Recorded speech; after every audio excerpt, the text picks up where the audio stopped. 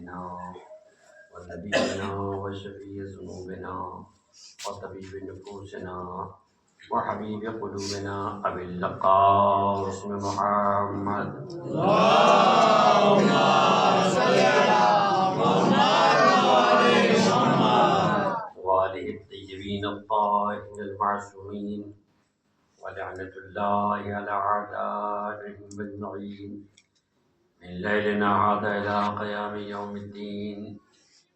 أما بعد فقد قال الله تبارك وتعالى في كتابه الكريم بسم الله الرحمن الرحيم وجزاهم بما صبروا جنة وحريرا متكئين فيها على الأرائك لا يرون فيها الشمس ولا زمهريرا. صلوات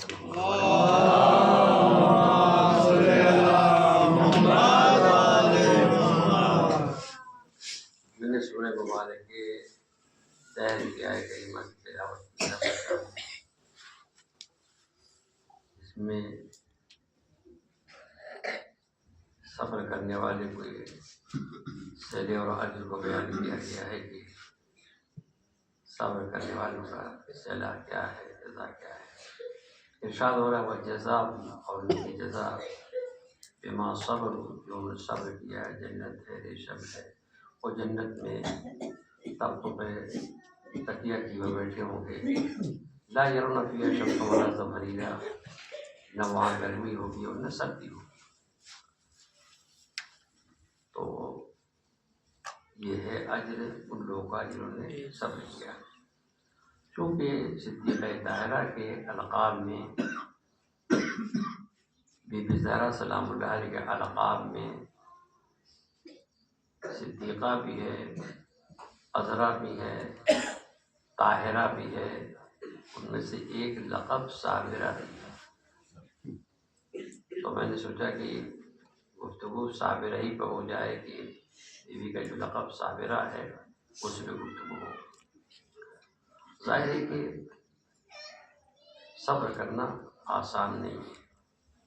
صبر کرنا بہت ہی مشکل ہے. بی بی زہرا سلام اللہ علیہ کے پورے حالات زندگی اگر آپ دیکھیں تو زندگی مصائب و آلام میں گزری ہے. اس سے اندازہ ہوتا ہے وہ بی بی اتنی صابرہ ہے. بلکہ میں یہ کہوں کہ مجسمہ صبر ہے. مجسمہ صبر کا مطلب یہ ہوا کہ اگر اللہ تبارک و تعالیٰ صبر کو مجسم کر دے، جسم دے دے، تو ایسی شکل بنے.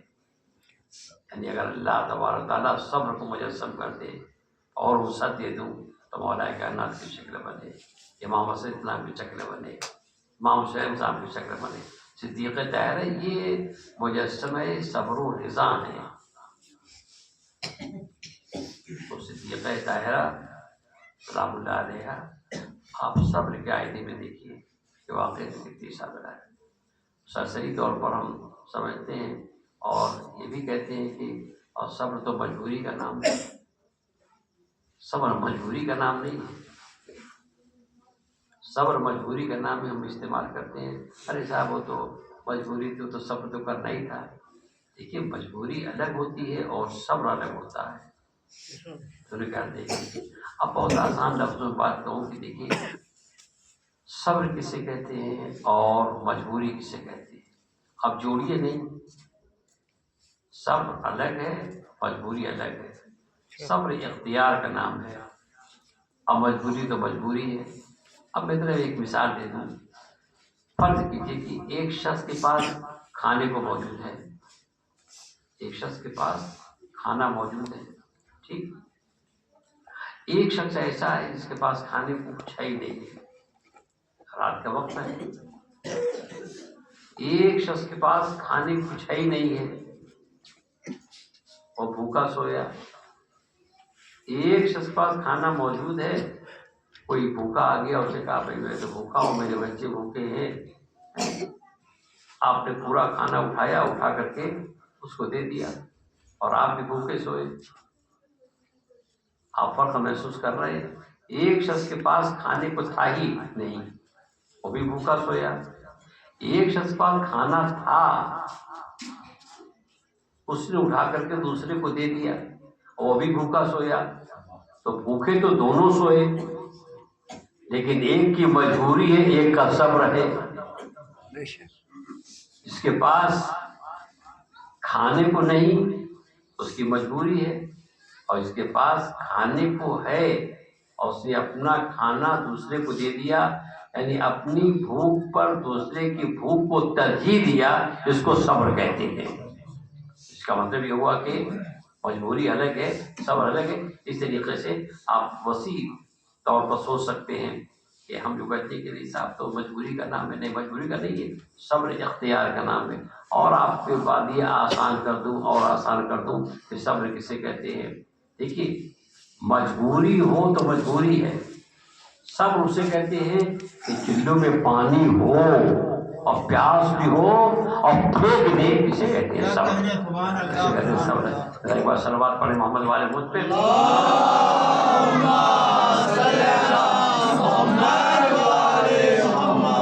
بہت آسان لفظوں میں بات کرنا چاہوں گا تو سمجھیے کہ اگر کسی کے پاس صبر ہے تو اس کے پاس ایمان نہیں۔ الصبر من الایمان، صبر کا تعلق ایمان سے ہے، اور صبر کا تعلق ایمان سے ایسے ہی ہے جیسے سر کا تعلق جسم سے ہے۔ سر نہیں انسان نہیں، وجود ختم، ویسے اگر صبر نہیں تو ایمان نہیں۔ اب اس سے ہے صبر کا تعلق۔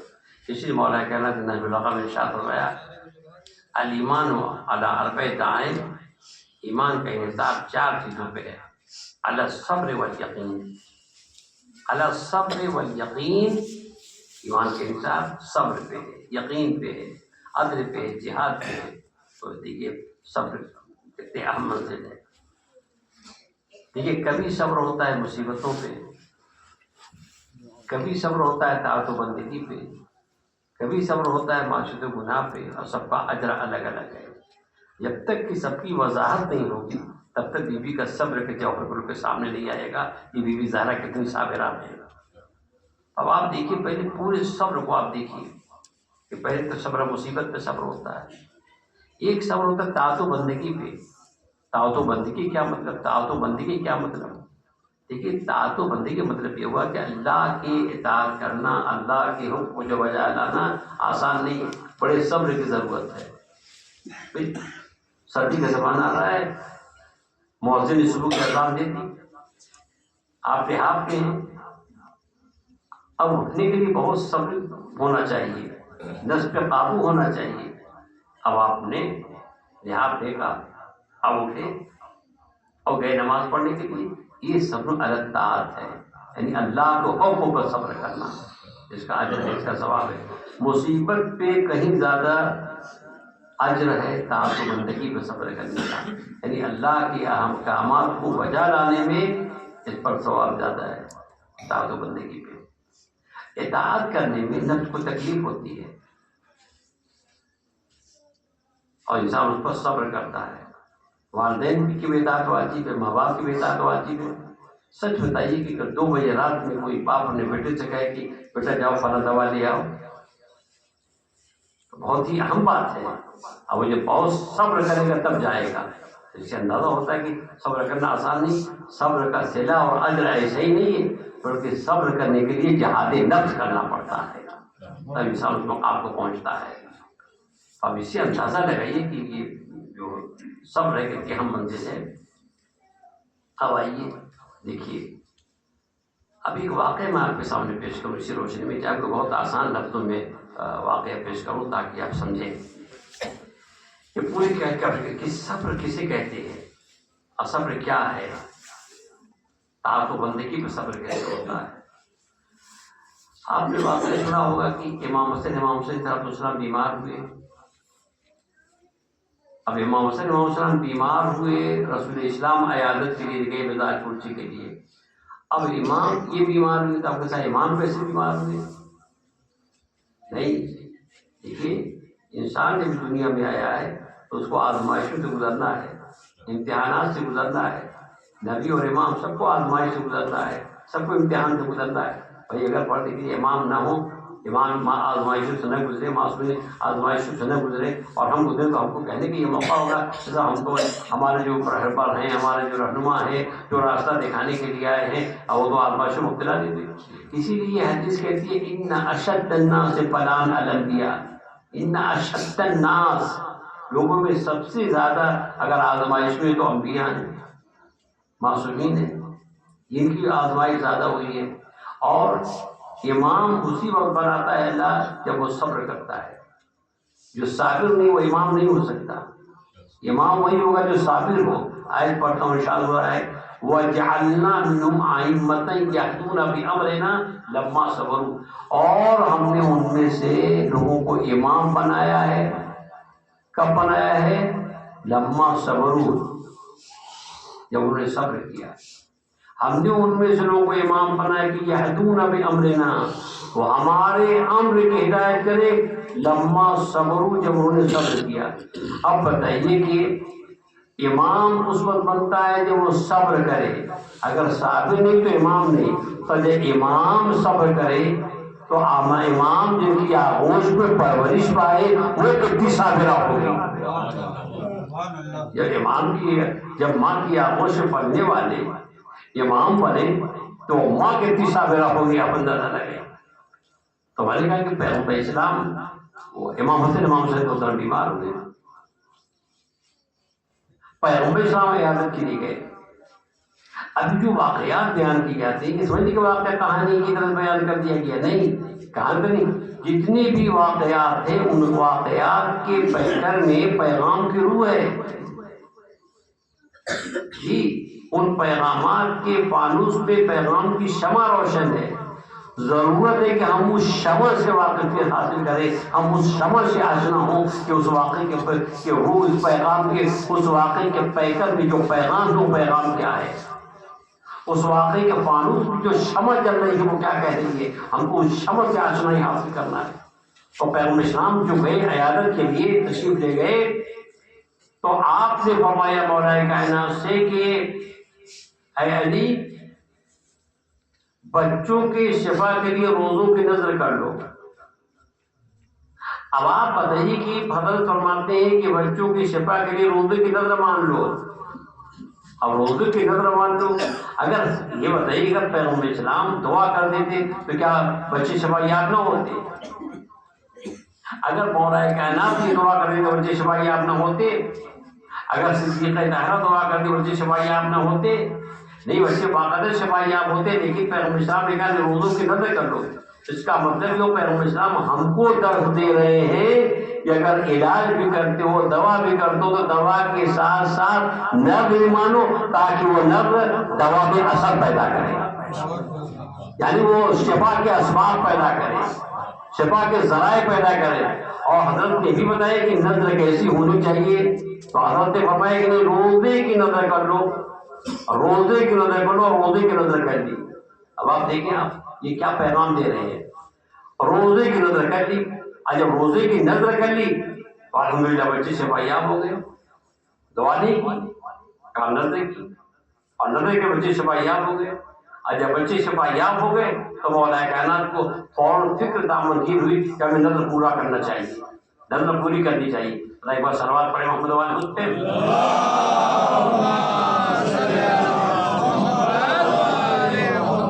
ذرا غور کیجیے، بچے شفا یاب ہوئے، مولا کو فکر ہوئی کہ نظر پوری کی جائے۔ لیکن دو چیزیں ہیں، ایک ہے شفا، ایک ہے طاقت کا آ جانا، دونوں الگ الگ چیزیں ہیں۔ بھائی بیمار ہوا آدمی، شفا مل گئی، شفا تو مل گئی لیکن کمزوری برقرار ہے۔ بھائی ملیریا بخار آ گیا، ٹائیفائڈ ہو گیا، شفا تو ہو گئی، دوا کی شفا ہو گئی لیکن کمزوری برقرار ہے۔ 15 دن، 1 مہینہ کمزوری کے ساتھ بخار نے توڑ کے رکھ دیا، تو شفا تو ہے، بخار نہیں آ رہا ہے، شفا مل گئی لیکن کمزوری برقرار ہے۔ اور کیجیے گا، مولائے کائنات نے جیسے ہی بچے شفا یاب ہوئے فوراً کہا کہ نظر پوری کی جائے، طاقت آنے کا انتظار نہیں کیا، کہ طاقت بھی آ جائے. دیکھیے احتیاط. کیوں؟ کہا جب ہم نے نظر کی تھی تو شفا کی نظر تو کی تھی, طاقت آنے کی نظر نہیں کی تھی. اور کر رہے ہیں آپ لہذا جیسے ہی شفا ملی اور چاہتے ہیں کہ نظر پوری کریں. ظاہر گھر میں کچھ بھی نہیں ہے, گھر میں کچھ بھی نہیں ہے کھانے کے لیے کچھ بھی نہیں. آپ شمولی ہوتی کے یہاں گئے اور وہاں سے لائے آپ جو اور اون لے آئے, جو اور اون لے کر کے آئے. جو لائے تاکہ اس کو صدیقہ طاہرہ درست کرے, اور اس کے مزدوری میں لائے جو. اللہ کے صدیقہ طاہرہ کو دے دیا. صدیقہ طاہرہ اس کو 3 حصے کیے. روزے کتنے تھے؟ 3 روزے تھے. صدیقہ طاہرہ نے 3 حصے اسے کیے. اب آپ ذرا غور کیجیے, اون لائے ہیں درست کرنے کے لیے, اس کی مزدوری میں حضرت لائے ہیں جو. صدیقہ طاہرہ نے اس کے 3 حصے کیے. پہلا دن آیا, اب پہلا جو دن آیا تو سب روزے سے, مولا کائنات روزے سے, صدیقہ طاہرہ روزے سے, حسن علیہ السلام روزے سے, جناب رضا روزے. یہ 5 افراد ہیں جو سب روزے سے ہیں. اب ذرے کام بھی کرنا ہے, اور صدیقہ طاہرہ اون بھی درست کیا, آپ نے اون بھی درست کیا, جو گھر کے کام تھے وہ بھی کیا, اور اس دن کے جو کو پیسا. اب پیسنے کے بعد روٹیاں پکائی, اور جب روٹیاں پکائی افطار کا وقت آیا, اہل بیت رسالت نے نماز ادا کی, اور نماز ادا کرنے کے بعد جیسے چاہتے کہ افطار کرے ویسے ایک سائل دروازے پہ آ گیا, اور سائل نے دروازے پہ آ کے کہا کہ اہل بیت رسالت میں بھوکا ہوں. میں کہتا ہوں کہ سائل اسی وقت کیوں آیا؟ آدھا گھنٹہ پہلے آ گیا ہوتا, آدھا گھنٹہ بعد میں آ گیا ہوتا. افطار کے لیے بیٹھے ہیں اور سائل آ گیا, نہ پہلے آئے نہ بعد میں آئے. اس کا مطلب کیا ہوا؟ اس کا مطلب یہ ہوا کہ جب مشیت امتحان لینا چاہتی ہے تو اسباب پیدا کرتی ہے, اسباب پیدا کرتی ہے. یہ مشیت سے اس کے دل میں یہ ڈالا کہ اسی وقت جائے تاکہ ہم ان کو امتحان لیں. اس کا مطلب یہ ہوا کہ مشیت امتحان لیتی ہے, اور جب امتحان لیتی ہے تو اسباب امتحان فراہم کرتی ہے. یہ اسباب امتحان کیوں فراہم کرتی ہے؟ اس لیے کرتی ہے تاکہ انسان کے اندر جو جوہر ہے وہ کھل کے سامنے آ جائے. اگر آزمائشیں نہ ہو, امتحانات نہ ہو, تو امتحان کا جوہر کھل کے سامنے نہیں آئے گا. مدرسے میں ہر جگہ امتحانات ہوتے ہیں, ہر جگہ امتحان کیوں ہوتے ہیں؟ امتحان اس لیے ہوتے ہیں تاکہ صلاحیت ان کے سامنے آ جائے, تاکہ جگہ پہ اہل آئے نااہل نہ آئے. آپ اندازہ لگائیے کہ اگر یہ امتحانات نہ ہوتے تو ظاہر جو باصلاحیت ہے, جو بے صلاحیت ہے, سب مخلوط ہو جائیں گے. اس لیے ضروری ہے تاکہ امتحان لیا جائے تاکہ صلاحیتیں ابھر کے سامنے آ جائیں. اچھا میں آپ سے پوچھتا ہوں, یہ بتائیے, ایک آدمی کہتے ہیں میں بہت شجاع بہادر ہوں, کہنے سے. ایک آدمی کہتا ہے میں بہت قناعت پسند ہوں, کم کا راضی ہوں, کہنے سے. ایک آدمی کہتا ہے میں بہت صابر ہوں, کہنے سے. ایک آدمی کہتا ہے میں بہت زاہد ہوں, بہت شکر خدا کرنے والا ہوں, تو کیا کہنے سے؟ ضرورت ہے کہ امتحان ہو تاکہ پتہ چلے کہ اتنے شجاع ہیں, پتہ چلے کہ اتنے صابر ہیں, پتہ چلے کہ اتنے شکر گزار ہیں, پتہ چلے کہ اتنے عبادت گزار ہیں. اگر امتحانات نہ ہوں, اور یہی نہیں, اگر آزمائشیں نہ ہوتی تو معصومین کے جوہر بھی پردے میں رہ جاتے. معصومین کے اندر جو کمالات تھے, جو جوہر ہیں, وہ پردے میں رہ جاتے.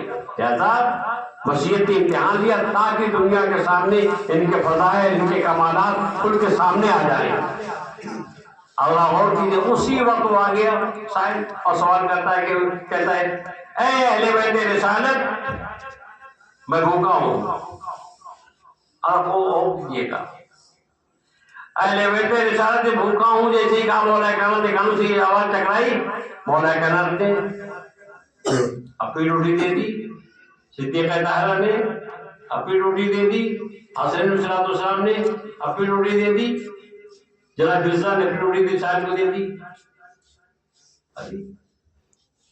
سچ یہ بتائیے آپ،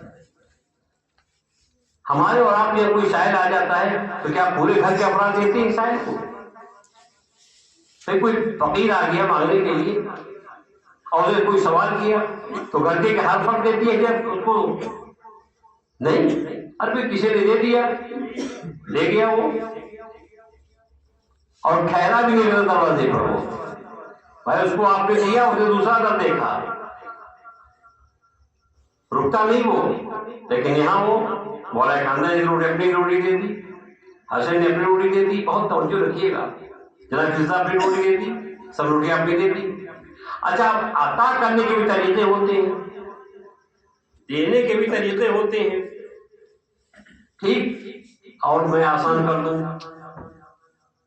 مثال کے طور پر ہم بیٹھے ہوئے ہیں کسی چوراہے پہ، ہم 5-7 آدمی بیٹھے ہوئے ہیں کسی چوراہے پہ، اور ایک سوال کرنے والا آ گیا، دیکھا کہ اپاہج ہے، معذور ہے چلنے پھرنے، اس نے کہا صاحب وہ میری کچھ مدد کر دیجیے۔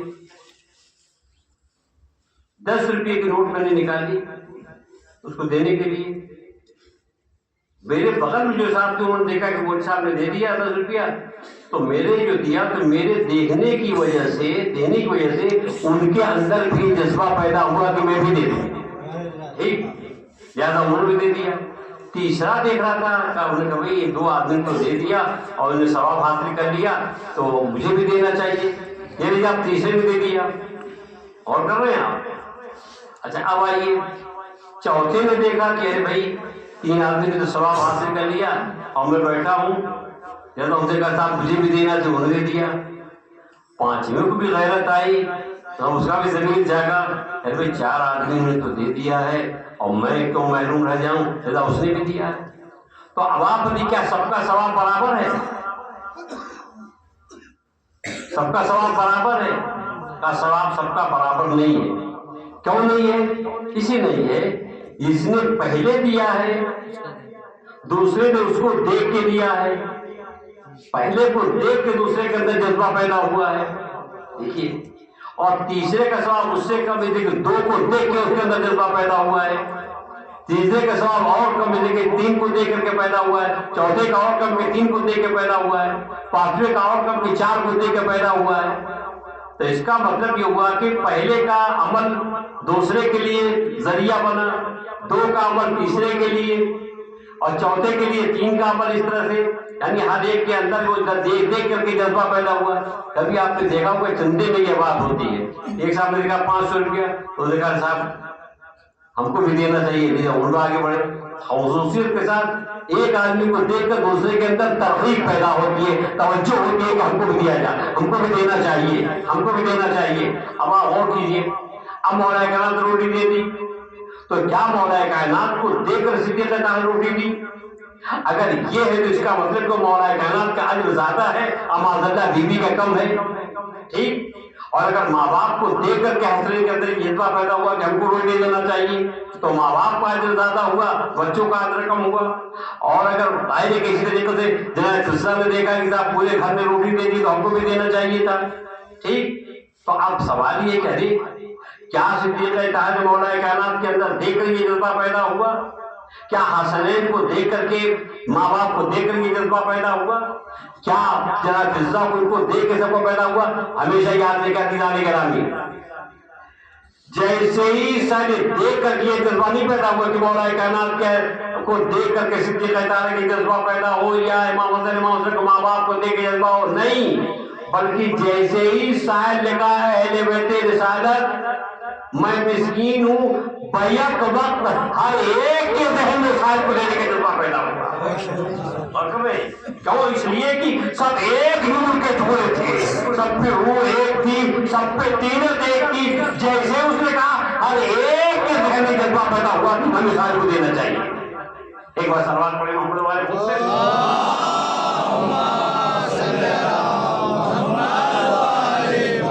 ایسی واقعی جو ہوں پھر تشریح کر کے اور صبر کی جو مدارج ہو آپ کے سامنے بیان کر دوں. اب عزیزان گرامی ایک سوال اور ہے. ہمارے اور آپ کے یہاں اگر کوئی سائل آ جائے اور سب روزے سے ہوں، پورا گھر روزے سے، سچ بتائیے گا، اور سائل کوئی آ جائے میں بھوکا ہوں، میرے بچے سب بھوکے ہیں، آپ نے اپنا دے دیا کھانا، بیوی اگر چاہیے میں کھانا دوں تو آپ کہیں گے کیا کر رہی ہو؟ حضور کی حدیث ہے، پیغمبر اسلام کی حدیث ہے کہ رات کے سائل کو واپس نہ کرو. اگر رات میں کوئی سائل آ جائے تو اس کا سوال پورا کرو، واپس نہ کرو. لیکن سائل کے سوال کو آپ واپس نہیں کیجیے. اگر کوئی سائل سوال کر دے تو اس کو آپ دے دیجیے. کیوں؟ اس لیے کہ یہ جو آپ جواب دیں گے، یہ سائل جو مانگنے والا ہے، اس کو اگر آپ دے دیں گے تو وہ ہمارے لیے ہمارے اعمال خیر میں ثواب کا ذریعہ بنے گا. اور صدقہ دینا اور سائل کے سوال کو پورا کرنا یہ بہت سے مصیبتوں کو بچاتا ہے. اور عزیزان گرامی ایک بات اور یہاں پر کر دوں میں، اب چونکہ بات آزمائشوں کی ہو رہی ہے تو دیکھیے کہ ہمیشہ یاد رکھیے گا آزمائش تو ہونی ہے، لیکن اللہ کہہ رہا ہے کہ ہم آزمائیں گے، امتحان لیں گے. آزمائش ہوگی تو آپ کے ساتھ جب آزمائش ہوگی تو دعاؤں کا کیا فائدہ؟ ہم نے زیارت عاشور پڑھی، ہم نے دعائے گمیز پڑھی، ہم نے دعائے ششیر پڑھی، ہم نے وہ یہ دعا، ہم نے وہ دعا، اور صدقہ و خیرات. یہ سب روکے گا نہیں، یہ نہیں سب روکے گا نہیں. تو کہیں گے بیجی صاحب اس کا فائدہ کیا ہوا؟ فائدہ یہ ہوا کہ یہ ہماری دعائیں یا تو یہ آزمائشیں ہماری یہ تو ہونی ہے، یا تو یہ آزمائشیں ہمارے دل میں اور ہمارے جسم میں اتنی طاقت پیدا کر دیں گی یہ دعائیں کہ ہم مصیبتوں سے گزر جائیں گے، یا خداوند عالم اس دعاؤں کی برکت سے، صدقات کی برکت سے، زیارات کی برکت سے اس آزمائش کو شروع کر دے گا، ہلکا کر دے گا. ایسا ہے آپ اس کو برداشت کر لیں گے. تو عزیزان گرامی میں یہ کہہ رہا تھا کہ صاحب آگے پوچھا ہے ہمارے دروازے پہ ایک آدمی نے دے دیا اس کو اپنا کھانا اٹھا کر کے، ٹھیک، بیوی کو منع کرے گا. لڑکے نے کہا کہ میں دے دوں تو ماں باپ دونوں نے کہا بیٹا تمہارے باپ نے دے دیا، ضرورت نہیں ہے، ٹھیک، منع کر دے گا وہ. لیکن سوال یہ کہ جب مولا کائنات نے اس کو روٹی دے دی شاید کو تو صدیقہ طاہرہ کو روکا کیوں نہیں؟ کہتے بنت رسول میں نے تو دے دیا، اس کا سوال پورا ہو گیا، آپ افطار کریں، منع کر سکتے، اور بیوی مان بھی جاتی شوہر کے اطاعت واجب.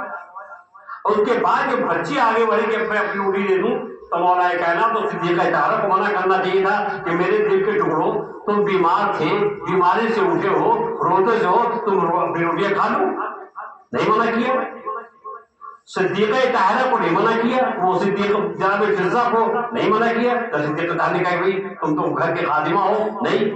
اچھا سوال یہ اگر مولا کائنات منع کر دے گا صدیقہ طاہرہ نہ مانتی، صدیقہ طاہرہ مان جاتی. لیکن ہوتا کیا عزیزان گرامی؟ ہوتا یہ کہ مولا کائنات کے صبر کا جوہر ان کے سامنے آ جاتا، صدیقہ طاہرہ کا صبر پردے میں رہ جاتا. اگر ماں باپ دونوں مل کر کے بچوں کو روک دیتے تو بچے رک جاتے، لیکن ماں باپ پہ صبر کا جوہر ان کے سامنے آ جاتا، بچوں کا صبر پردے میں رہ جاتا. اگر پورا گھر مل کر کے جناب فضہ کو روک دیتا، جناب فضہ تو رک جاتی، لیکن جناب فضہ کا صبر پردے میں رہ جاتا. آنے والی نسلوں کو یہ معلوم نہ ہوتا کہ اگر عصمت کے ماحول میں پرورش ہو جائے تو اس کا بھی عمل معصومین کے جیسا ہوتا ہے. ایک بار صلوات پڑھیں محمد علیہ وسلم.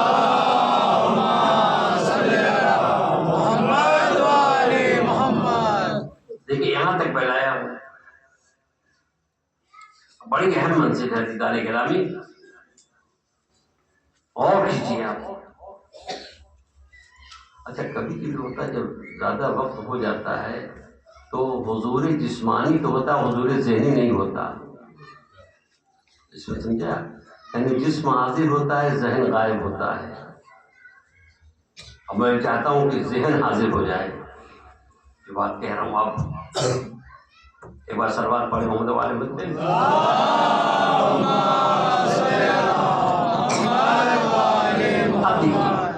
اب جو بات کہہ رہا ہوں، سب نے روٹی دے دی، سب نے دے دی روٹیاں.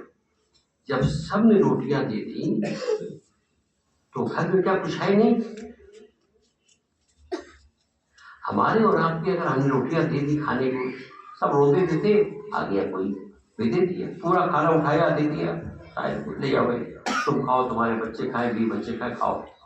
لیکن ہم کیا کریں گے, ہم فوراً اپنے گھر میں کہیں گے بھائی ایسا ہے کہ کھانا بناؤ, کھانا پکاؤ, دیر سے کہیں کھا لیں گے, ٹھیک ہے. لیکن کیا کھانا بنا؟ اگر جو نہ ہوتا تو مجبوری تھی, اگر جو نہ ہوتا تو مجبوری تھی. صدیقہ طاہرہ اگر چاہتی جو تو تھا ہی, جس کے روٹیاں پکا سکتے, مگر کیوں نہیں پکایا؟ عزیزان گرامی دیکھیے, مجلس ہے درس, یہ نصیحت ہے. اگر اس سے پیغام نہیں حاصل ہوا تو کچھ نہیں ہے. یہ اہم پیغام ہے عزیزان گرامی, یہ اہم پیغام ہے. بیوی کی سیرت بہت ہی اہم سیرت ہے, اور یہ جو دن چل رہے ہیں بیوی سے مخصوص, اسے بیوی کی زندگی سے ہمیں پیغامات کیا ملتے ہیں. خاص بات یہ ہے کہ بیوی کی زندگی سے پیغامات کیا ملتے ہیں. اگر ہم نے اس پیغامات کو نہیں کیا تو گویا کہ ہم نے جو ذمہ داری تھی وہ ہم نے پوری نہیں کی. ضرورت ہے کہ پیغامات کو آپ احتیاط سے دیکھنا چاہ رہے کہ دیکھیں آخر جو موجود ہے, لیکن انہوں نے پیسا نہیں کہ روٹیاں پکا لیتے, بچے بھی کھا لیتے نہیں. پانی پی لیا, اگر جو نہ ہوتی تو مجبوری ہوتی. جو ہے اس کا مطلب اختیار ہے, لیکن اس کے باوجود کیوں نہیں کیا؟ نہیں پیسا, کیوں نہیں؟ اب مولا کائنات انہوں نے کہا کہ بنت رسول جو تو ہے ہی ہے, حسنین کہتے کہ مادہ گرامی جو تو ہے ہی ہے, جناب فضا کہتے کہ جو تو ہے ہی ہے, لیکن کیوں؟ اب میں یہاں پر ایک مثال دے دوں اور سنیے. دیکھیے فرض کیجیے کہ امام والے میں لائٹ خراب ہو گئی, پنکھے سب بند ہو گئے. آپ نے کسی بجلی بنانے والے کو 1000 روپیہ دیا کہ بھیا یہ لو, آگے بنا دینا. آپ نے اس کو دے دیا. وہ شخص اس پیسے کو خرچ نہیں کر سکتا. کیوں نہیں خرچ کر سکتا؟ اب اس کی ملکیت نہیں ہوئی ہے. ملکیت نہیں ہوئی ہے. کیوں ملکیت نہیں ہوئی ہے؟ ملکیت اسے نہیں ہوئی کہ ابھی کام اسے نہیں کیا ہے. جب پنکھے بنا دے گا, لائٹ درست کر لے گا, تب اس کی ملکیت ہوگا. تو جب تک لائٹ نہیں بنی ہے تب تک وہ امانت ہے, اور جب تک امانت ہے اسے خرچ کرنے کی کوئی خرچ کرنے کا حق نہیں ہے. اب عزیزان گرامی بس یہی ہے کہ جب تک کام نہ ہو جائے تب تک وہ امانت ہے, وہ مالک نہیں ہے, اور جب مالک ہے تو خرچ بھی نہیں کر سکتا. شاید بات پہنچانے کی میں نے کوشش کی ہے. کیونکہ مولا کائنات جو لائے تھے اون کی مزدوری میں ابھی چونکہ اون درست نہیں ہوا ہے, لہذا وہ جو امانت ہے, لہذا امانت کی بنیاد پر بیوی نے خرچ نہیں کیا. کہ جب دوسرا دن آئے گا, جب اون درست ہو جائے گا, جب وہ ہماری ملکیت ہو جائے گا, تب روٹیاں بنے گی. اس کا مطلب یہ ہوا جب ماں غذا میں اتنا احتیاط کرتی ہے تب اس کی آگوش میں پلنے والے بچے امام بنتے ہیں. اب یہ احتیاط اس کی کہتا ہے اعلیٰ درجے کی امانت داری ہے. دیدار گرامی اعلیٰ درجے کی امانت داری ہے. یہ ایسی امانت داری, اور اس کو پانی پی لیا, اور پانی سے روزہ افطار کر لیا, پانی سے روزہ افطار کر لیا, اور پانی پی کے رہ گئے. دوسرے دن کے لیے آمادہ ہو گئے, دوسرے دن کے لیے آمادہ ہو گئے, روزہ رکھنے کے تیار ہو گئے. اب اس میں طاعت و بندگی میں بھی صبر ہے اور روزے پر بھی صبر ہے. دیکھیے یہ ہے اعلیٰ درجے کی امانت داری.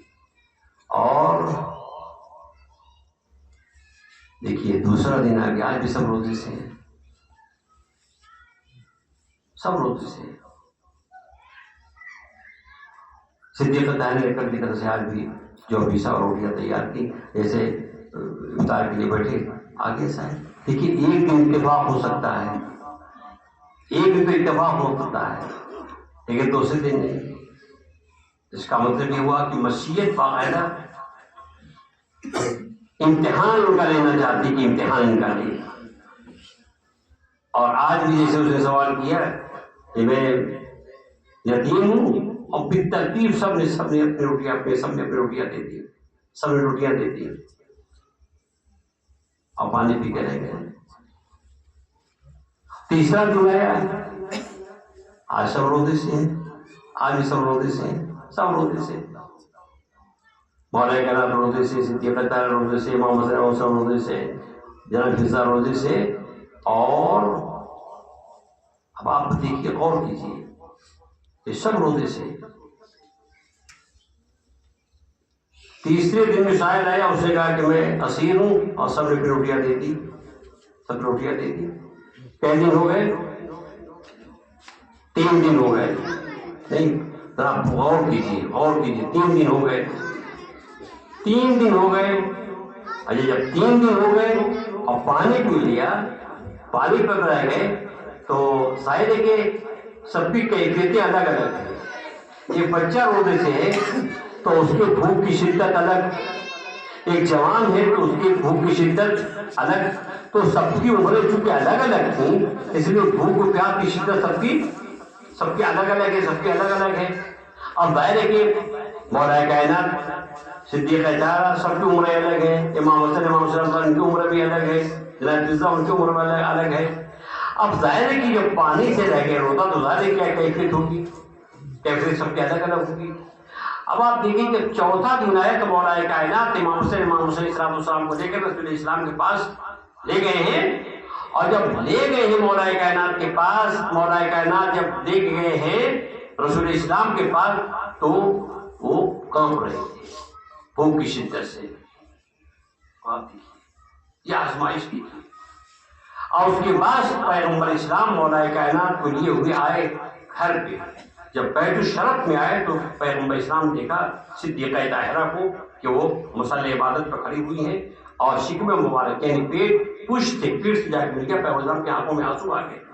جبریل فوراً پورا سورہ طحر لے کے نازل ہوئے, اور جس کی یہ آیت ہے وَجَزَاهُمْ بِمَا صَبَرُوا جنتم حریرا, اور ان کی جزا بما صبروا, جو انہوں نے صبر کیا اور 3 دن تک روٹیاں دیتے رہے, ان کی جزا ان کی جنت ہے.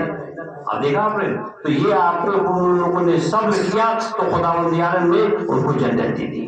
اس میں واقعی آسان نہیں, ان کی جزا بما صبروا, جو صبر کیا وہ جنت ہے. یہ تو قرآن مجید کی آیت ہے باقاعدہ. اب آپ دیکھیں کہ صبر کرنے, اگر یہ آزمائش نہ ہوتی, اگر یہ امتحان نہ ہوتا, تو معصوم صلوات والسلام کے صبر کا جوہر پردے میں رہ جاتا. اس آزمائشوں سے صبر کا جوہر کھل کر کے سامنے آ گیا ہے. اچھا اب حضرت سے ایک بات اختراع ہوئے اور اشارہ کر دو, ایک بار صلوات پڑھے محمد والے محمد پہ.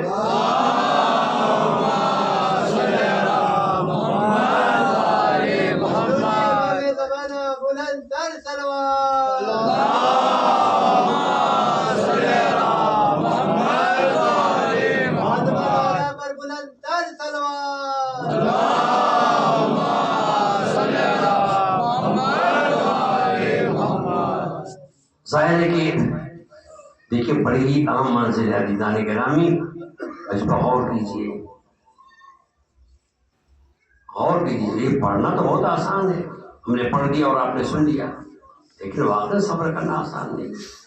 صبر کرنا بہت مشکل بات ہے. آدمی کتنی دیر برداشت کرے گا بھائی؟ ماہ مبارک رمضان میں روزے میں آدمی کیسے برداشت کرتا ہے؟ ایک دن میں جو ہے وہ آدمی ایک روزہ رکھتا ہے تو پریشان ہو جاتا ہے. آپ نے 3 دن تک اور پانی پی کر کے روزہ رکھنا, اور یہ جو آئے کریمہ ہے وہ جزاؤہم, ان کی جزا بما صبروا, جو صبر کیا ہے وہ جنت ہے. اب آپ دیکھیے الجزا ان کی جنت ہے. واقعی بہت ہی اہم منزل ہے. پیغمبر اسلام نے کی شرح کی, پیغمبر اسلام نے کی وضاحت کی ہے. وضاحت کیسی کی ہے دیکھیے آپ. سب کی بھوک و پیاس کی شدت الگ. ذرا سے میرے ساتھ میں بات تمام کر رہا ہوں کہ سب کے, اگر سب کی بھوک پیاس, سب کی عمریں ایک جیسی ہوتی تو بات سمجھ میں آتی. لیکن سب کی عمریں الگ الگ ہیں. اس منزل آزمائش میں، امتحان میں سب کی عمریں الگ الگ ہیں. اگر سب کی عمریں ایک جیسی ہوتی، برابر ہوتی تو بات صحیح ہے. میں اس کی مثال آپ کے سامنے دیتا ہوں. یوں سمجھیے کہ یہاں ایک بڑا سا پتھر رکھا ہوا ہے، 20-25 کلو کا ایک پتھر رکھا ہوا ہے،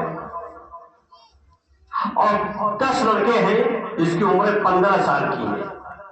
ہم نے کہا صاحب جو اٹھائے گا اس کو ہم 1000 روپیہ دیں گے. تو 1000 روپیہ دینا ٹھیک ہے کیونکہ سب کی عمریں ایک جیسی ہے. لیکن فرض کیجیے کہ ایک 15 سال کا لڑکا ہو، ایک 5 سال کا لڑکا ہو، ایک 10 سال کا ہو. اب وہ پتھر اٹھا لے، اب میں سب کو 1000 روپیہ دوں تو آپ یہ صحیح نہیں ہوا. ارے صاحب ایک 15 سال کا ہے، اس نے پتھر اٹھا لیا 25 کلو کا، اور ایک 5 سال کا اس نے اٹھا لیا، تو آپ دونوں کو ایک سزا دیں گے؟ نہیں. آپ اعتراض کریں گے. بھائی آپ خود سوچئے کہ آپ ہمارے گھر میں کوئی گروسری کوئی سامان رکھا ہوا ہے. ایک لڑکا آپ کا 30 سال کا ہے، ایک لڑکا 15 سال کا ہے. اب میں جو اس کو اٹھا دے گا میں اس کو 5000 روپیہ دوں گا.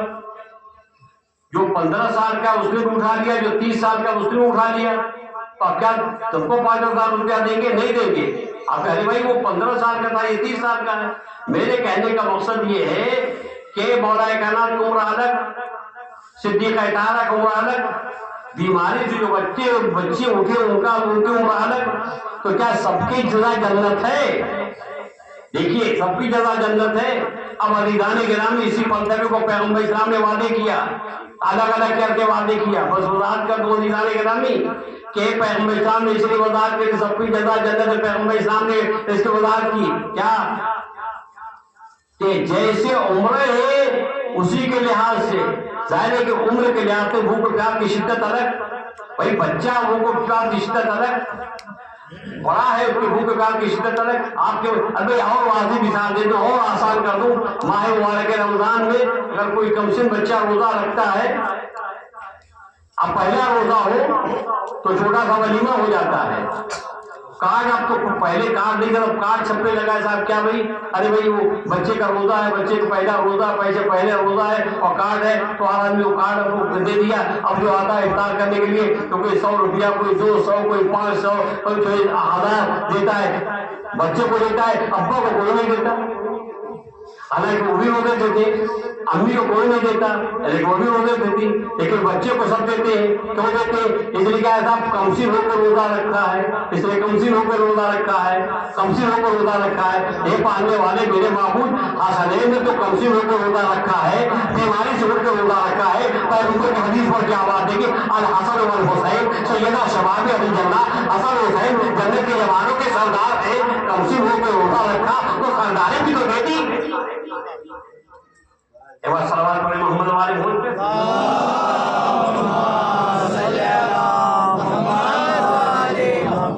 گرامی دیکھیے آسان نہیں ہے. خدا بندی عالم نے جزا مومن کی جزا بما صبر جو صبر کے جنت ہے. ایسے صدیقہ طاہرہ نے بھی صبر کے جوہر دکھائے. اور یہ بہت ہی موضوع وسیع ہے کہ اس پر گفتگو کی جائے. یہ تو میں نے ایک رخ بیوی کے پیش کیا ہے صبر کا. ویسے مذاہب و آداب میں جو صدیقہ طاہرہ کا صبر ہو یادگاری اور مثالی صبر ہے. میں ختم کرتے ہوں مجلس کو حدیث زیارت کے فقرے کو آپ کے سامنے پیش کروں کہ مولا کائنات کے صبر ایک طرف، صدیقہ طاہرہ کا صبر ایک طرف. واقعی صابرہ ہے، ایسی ویسی صابرہ نہیں. زیارت کا فقرہ ہے وجدک اللہ صابرہ. اے بی بی زہرا، اللہ نے آپ کو صابرہ پایا ہے. بی بی کی زیارت جب آپ پڑھیں گے تو زیارت کی فقرہ بھی یہ ہے کہ وجدک اللہ صابرہ. اے بی بی زہرا، اللہ نے آپ کو صابر پایا. ہمارا صابر کہنا اور ہے، اور اللہ کسی کو کہے کہ اللہ نے صابرہ پایا، یہ بہت اہم درجہ ہے. تو بی بی کا صبر بہت ہی اہم ہے. اسی لیے آپ کے ناموں میں سے ایک نام ہے، ایک لقب ہے صابرہ. پوری زندگی اگر آپ بیوی کی دیکھیں تو صبر گزری ہے، طاعت و بندگی میں صبر، مصیبتوں میں صبر، اور صبر کرنا آسان نہیں ہے۔ اسی لیے صبر کرنے والوں کے بڑے درجات ہیں۔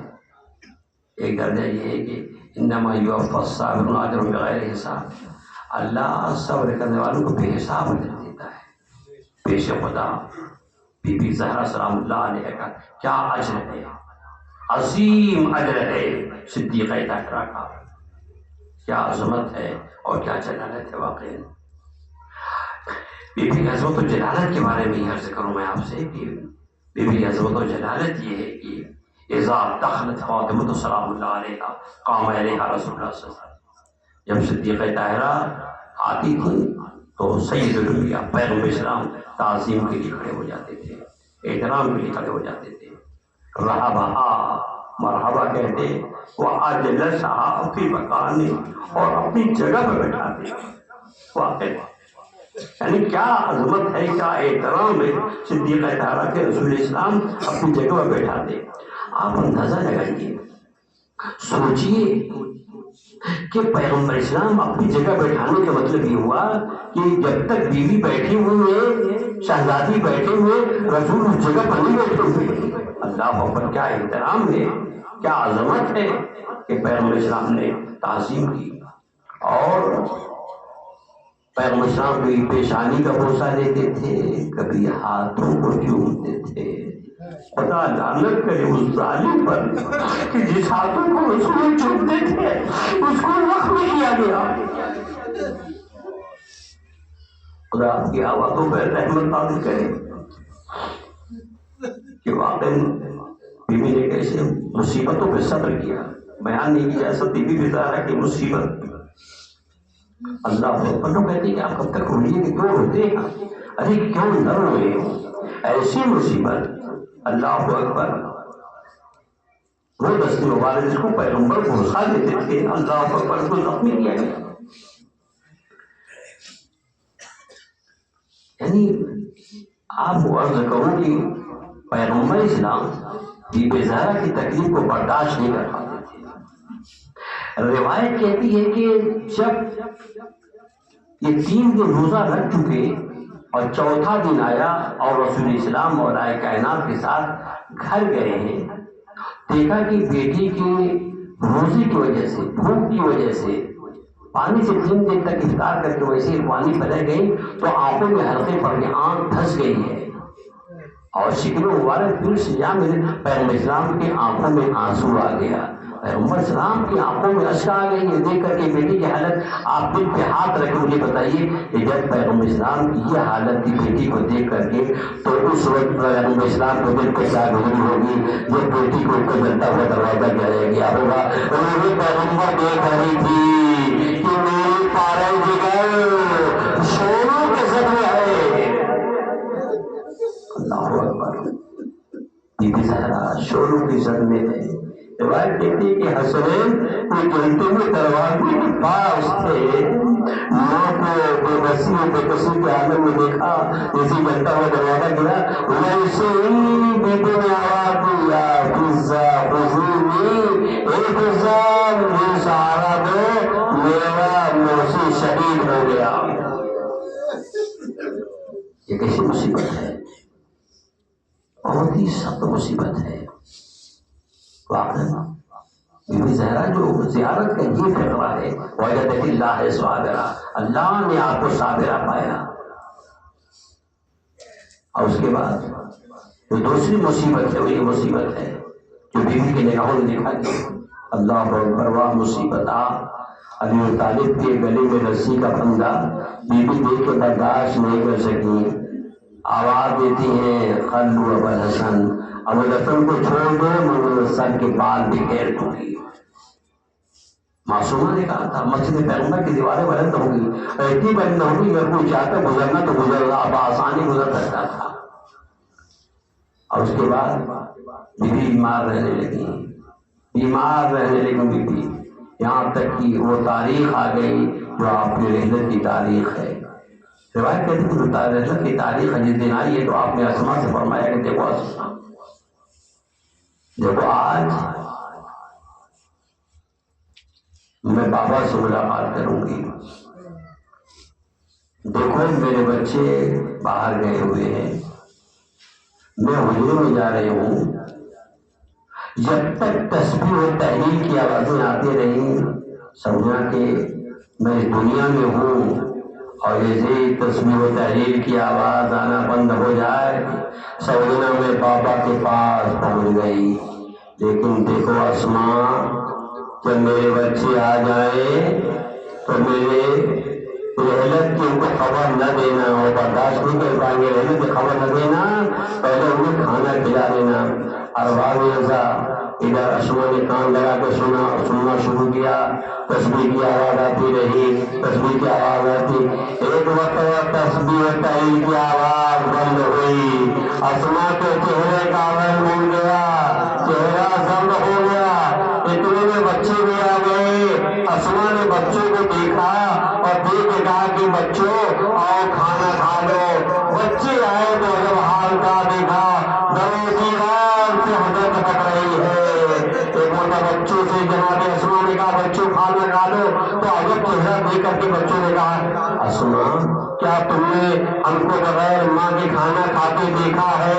یہ فقرہ سننا تھا کہ جناب اسماء برداشت نہیں کر سکی، زار و قطار ہونا شروع کر دیا، حجرے کی طرف اشارہ کیا، اب تو حجرے کی طرف اشارہ کیا، حسنین آگے بڑھے، کیا دیکھ دیکھ میری ماں دنیا میں نہیں ہے، چھوٹے چھوٹے امام نے سر سے پھینکا، مولا کائنات مسجد میں تھے، تیرے سے قدم بھاگے مسجد میں گئے، کہا بابا قد ماتت امنا، بابا ہماری اماں اس دنیا میں نہ رہ گئے۔ جیسے مولا کائنات نے سنا مولا کو غش آ گیا، چاہنے والے آگے بڑھے، کوئی پانی کا چھینٹا دے رہا ہے، کوئی پنکھا دے رہا ہے تاکہ مولا ہوش میں آ جائے۔ میں بارگاہ مولا میں پوچھا مولا علی آپ غش میں آ گئے تو پانی لے کے کوئی آگے بڑھا، کوئی پنکھا چل رہا ہے، اے مولا ایک علی کربلا کے میدان میں ہے اور ایک غش کے عالم میں ہے، سامع زہرا کے پاس پانی نہیں ہے جو چھینٹا دے کر چھینٹے دے کر کے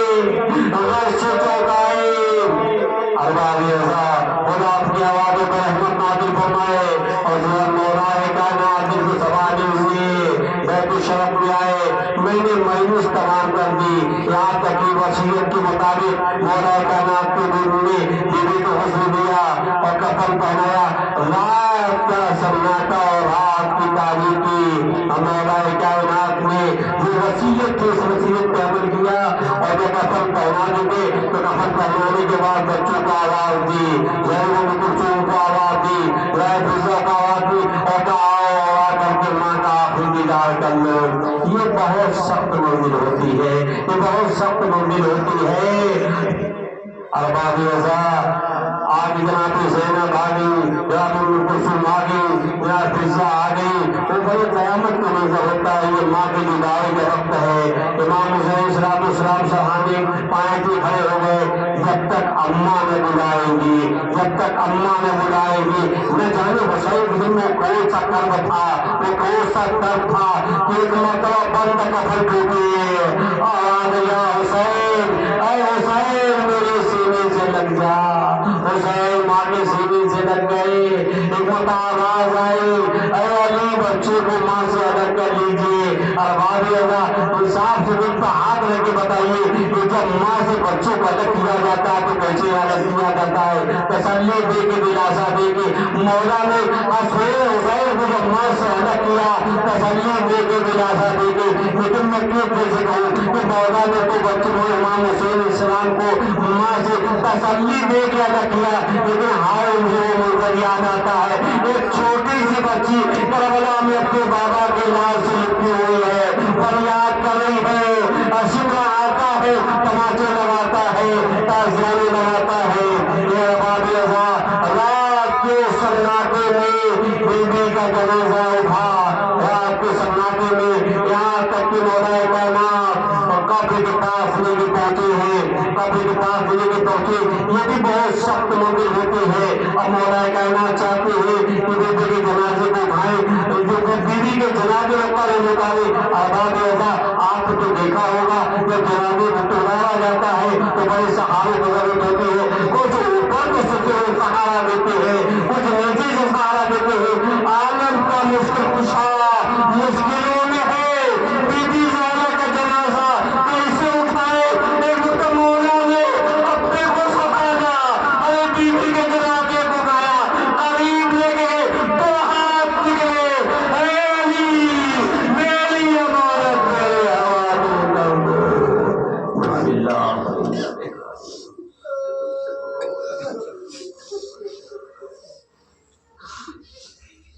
إلهي يقول الله جواب بيت من الله وكوش بالإيمان صلى على محمد وعلى تبارك الله فقال عن الله وعلى أرض الله بالشفاء والصحة وعلى أسلام الله بالموت والرحمة وعلى غرب علم القدر إلى أوطانه بسعادة